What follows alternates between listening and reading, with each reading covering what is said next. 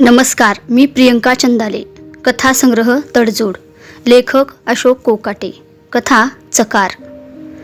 माझं लहानपण खेड्यातलं असलं तरी शिक्षणाच्या निमित्ताने बरीच वर्ष कोल्हापुरात गेली. शिक्षण पूर्ण झाल्यावर नोकरी शहरात मिळाली. त्यामुळे खेड्याचा संपर्क कमी झाला. तरी पण खेड्याविषयीची मनातील ओढ तीव्रच होती. काही ना काही कारणाने खेड्यात जाण्याचं लांबणीवर पडायचं. आमचे पन्हाळा तालुक्यातील कळेपैकी सावर्डेचे शिक्षक मित्र पंडित पाटील यांच्या गावी जाण्याचा योग आला. रात्री मुक्काम केला. सकाळी अंघोळ करून बाहेर पडलो. फिरत फिरत येऊन मल्हार पेठेत जाणाऱ्या पुलावर थांबलो. सकाळचं वातावरण मन प्रसन्न करून टाकणारं होतं.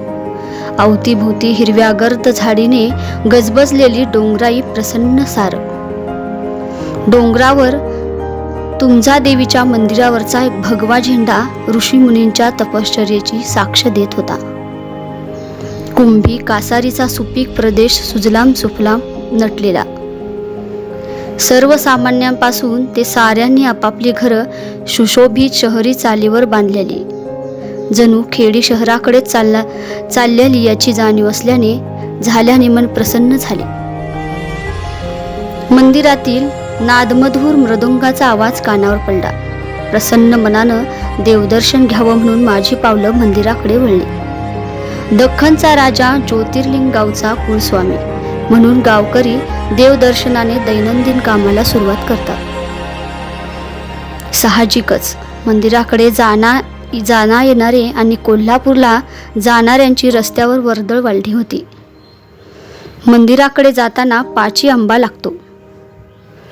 पूर्वी 5 झाडांचा समूह होता म्हणून त्या ठिकाणाला 5 आंबा म्हणतात. त्या वळणावरून पुढे जाताना लोक एका ठिकाणाकडे वळून पाहत होती आणि मिश्किलपणे हसून पुढे जात होती. स्वभाव धर्मामुळे माझीही नजर तिकडे वळली. एक 7-8 वर्षाची चिमुरडी पोर पातळाचा धडपा आडवा धरून उभी होती. लोक या मुलीकडे का बघतात म्हणून अधिक शंका आली. मीही सावकाश चालू लागलो तर त्या पाताळाच्या धडप्या मागून काकण वाजल्याचा आवाज आला. मी अधिक निरखून पाहू लागलो तर ती चिमुरडी म्हणाली, काय बघून राहिलाव? मनात धस्स झालं. पुढील वळणावरून जाणाऱ्या लोकांना ती बाई अर्धी अधिकच दिसत होती. मला सारं काही कळालं. मन बधीर झालं. न कळल्यासारखं करून मी मंदिराची वाट धरली. मंदिरात टाळ मृदुंगाच्या तालावर एक अभंग आळविला जात होता. जैका रंजले गांजले त्यासी म्हणे जो आपुले, तोची साधू ओळखावा देव तेथेची जाणावा. देवदर्शन घेऊन मी परतीच्या वाटेला निघालो. रंजल्या गांजल्याच्यात देव कसा असतो हा अभंग नुसता अभंगच असतो हे जाणून घेण्याची माझी इच्छा झाली. साहजिकच माझी पावलं मघाच्या पावलाकडे वळली. आंघोळ करणारी ती बाई आता उन्हाला पाट लावून केस वाळवीत मुलीच्या डोक्यातल्या वा मारीत बसली होती. मी तिच्या पुढ्यातच जाऊन उभा राहिलो. दादा काय पाहिजे? पाटा का वरवंटा? क्षणभर मला काहीच कळालं नाही. मला काही नको म्हणत होतं म्हणून मी वेळ मारून नेली. मग का थांबलासा? बाईनं मला विचारलं. मला काही नको, सहज चौकशी करावी म्हणून मी थांबलो आहे. तुम्ही हे पाल व्यवस्थित करून का राहत नाही? ही अंघोळीची जागा व्यवस्थित नाही. वाटेने येणाऱ्या जाणाऱ्या माणसांची गर्दी असते, मी म्हणालो. आसवी म्हणून ती बाई बोलायला लागली. आव आमचा काय योग ठिकाणा आहे ही? आम्ही मूळचं तडकचं नगर जिल्ह्यातलं. ते बी मला जरा जरा कळतं म्हणून माहीत आहे. माझा बा पाट वरवंट करणाऱ्या बेलदारासनी खाणीतलं दगाड काढून द्यायचा. ती माणसं आपली गाढवं घेऊन शान यायचीत. माझ्या बाची बी 4-6 गाढवं होती. घराचं कोपरं माझा बा गाव पोचवायचा. काळ्या काताळाची खाण लागल तिकडं आमची पाल ठोकायची. खाणीकडला आईबाचा परपंच असायचा. आम्ही भावंड गाढवं राखायचो. गाढवं राखीतच आम्ही मोठं झालो. अशाच एका बेलदारानं माझ्यासाठी बिजवरा नवरा बघितला. माझ्या दादल्याची पहिली पायल मिळाली म्हणून मला केली. तेव्हापासनं असंच गावगाव हिंडून पोट भरायचं चालतं या. खाणीतला एकदा दुसरा दगड काढायचा, त्याचं पाटं वरवंट खलबुतं घडवायचं. माझ्या नवऱ्याला साळूत बी कराया येत्या ती. पर दादा, तुम्हा सांगायचं म्हणजे पहिलं दिस लय भारी होतं बघा. माझा दाल्ला 2 गाढवावरनं दाणं आणायचा. तेव्हा माणसं बी पाटं वरवंट खलबुतं घ्यायचीत. राहिल्यालं शिळं पाकं बी वट्यात टाकायचीत. पर आता पाटं वरवंट कोण घेणार? कसलं मिक्सर का फिक्सर आल्या ती. तेव्हापासनं आमची लय आबाळ झाली आहे बघा. खाणीतलं घराचं कोपरं पण कोण घेना. आता सिमिटाची घरं बांधत्या ती. साळूतच जरा खपल्या ती, पर दाल्ल्याच्या दारूलाच त्याचं पैसं पुरणात. त्याला जर दिसी नोटा टाकल्या बिगर उभा राहायला येत नाही. 2 पोरं झालीत. खाणारी तोंड वाढली, पर आमची मिळकत काय वाढली नाही. दिवसानं दिवस आतबट्ट्यात. दादा हे आमचं असंच असतं. कुठल्या तरी गावाच्या गावंदरीला पाल ठोकायचं. पाला पाचोळा गोळा करून आडुसा करायचा. शिणकूट काटूक गोळा करून 3 दगडाच्या चुलीचा परपंच मांडायचा.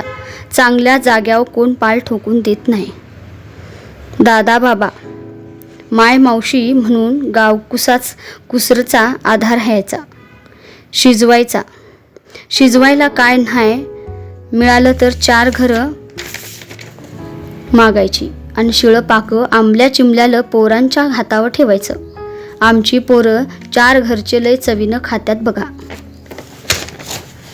दाल्ल्या साळूत इकून दारूचं दुकान गाठतो. मी आपली अशीच एखादं दुसरा पाटा वरुंटा इकून दुकानातलं काय बाय आणतो. पोरं गाढवं राखत्याती. कणीस ताट खाऊन न्याहारी करत्याती. दादा, तुम्ही आता म्हणालासा झोपडं व्यवस्थित केलं नाही. दादा, तूच सांग की जागा काय आमच्या बाच्या पदराची हाय होय? आणि आम्ही इथं किती दिवस राहणार हाय? पाटं वरुंट खपायचं कमी झालं म्हणजे सगळं गाढवावर बांधून दुसऱ्या गावला जाणार. सांज येईल तिथं राहणार. वाटला काय मागून मिळेल तेवढं पदरात बांधून घेऊन रातच्याला खाणार. उजाडल्यावर पोरं गाढवं घेऊन शान वड्याला जाणार. दाल्ला साळूत इकायला जाणार. मी पाटं वरुंट घडीत बसणार. 4-6 घरं मागून आणणार. अहो, आम्हाला कुठलं व चांगलं दिस यायचं. माझा जन्म असाच कुठल्या तरी माळावर झाला असेल. आम्ही बी गाढवं राखली ती. बघा, माझ्या बानं म्हायार म्हणून गाढवीन दिल्या ती. तिचीच ही सगळी शिंगर. त्यांचा काय त्रास नाही बघा. वड्या वगळानं हिंडून फिरून जगत्यात. आमच्या परपंचाला आधार म्हणजे ही गाढवच. आणि आमची श्रीमंती हीच बघा. दगाड वडायची इसारत मिळाली की आमची रोजी रोटी ह्यांच्याच जीवावर. उभ्या जन्मात ह्या गाढवांनी जेवढं आमच्यावर उपकार केलं तेवढं कोणी माणसांनी कवा केलं नाही बघा. वर्षाला 1 शिंगरू तयार होत्या आणि आमचं हे राट गाडगं वडत्याती. मला बी अशीच 2 पोर झाली. मनाला काय बी वाटत नाही बघा. लाज झाकायलाच काय नाही. तथ सांगायला लाज कशा पाय. तुमचं आपलं बेस आहे. अंग भरून कापडं घालताय असा. पोट भरून खायला मिळतं या. तुमचं माडीचं घर आहे, त्यात न्हाणी आहे. आमची न्हाणी कुठं असायची? तुमच्या फाटक्या चिंध्यात आम्ही आमची अब्रू झाकायची. तुमच्या शिळ्या पाक्यावर आमची पोटाची खळगी भरायची. आम्हाला हिंडा फिरायला गावचा मळा राहिला. गावची गावंदर खायला तुमच्या इस्तारीवर राहिल्यावर. दादा, आमचं काय व्यवस्थित हाय म्हणून सांगू. तो बघा माझा दाल्ला आला. माझी नजर तिच्या बोटाच्या दिशेनं वळली. समोरून येणारा धडधाकट पण राखट चेहऱ्याचा क्रूर नजरेचा माणूस जणू अंगावर आल्यासारखा वाटत होता. पण त्याला नीट चालता येत नव्हतं. डोक्यावर साळुताचा गठ्ठा बांधलेला, एका हातात प्लास्टिकच्या पिशवीतनं काहीतरी आणलेलं. तिडबा तडप तो पालाकडे येत होता. मी वळून बाईकडे पाहिले. दादा, हे दाल्याचं कायमचंच आहे. साळूत इकलं नाही म्हणून लगेच मागं आलया. आता आमचा गाव आणि देव गाडवावर बांधून पुढं वारणा खोऱ्यात जायचं म्हणतोया. ह्या 2-2.5 महिन्यात या कुंभी माईच्या कुशीत जगलो. आता वारणा माईच्या कुशीत शिरायचं. तिथलं दिस काढायचं. दादा, लय येळ झाला माझं ऐकलंसा. देवाच्या कुणाला येळ नाही हाय आमचं ऐकायला. पर कुणाला येळ हाय आमचं ऐकायला? आमच्या जीवाचं भोग आम्हालाच ठाऊ. जो तो आपल्याच नादात आहे. ज्याचं त्याचं संग चाललया. आमचं बी उभ्या जन्माचं चकार चाललया. हे चकार असंच चालायचं ज्याला गती बी नाही आणि परगती बी नाही. मी माघारी परतलो. मंदिरात मघाचाच अभंग जोरात आळवला जात होता.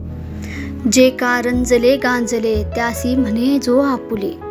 तोची साधू ओळखावा देव तेथेची जाणावा. धन्यवाद.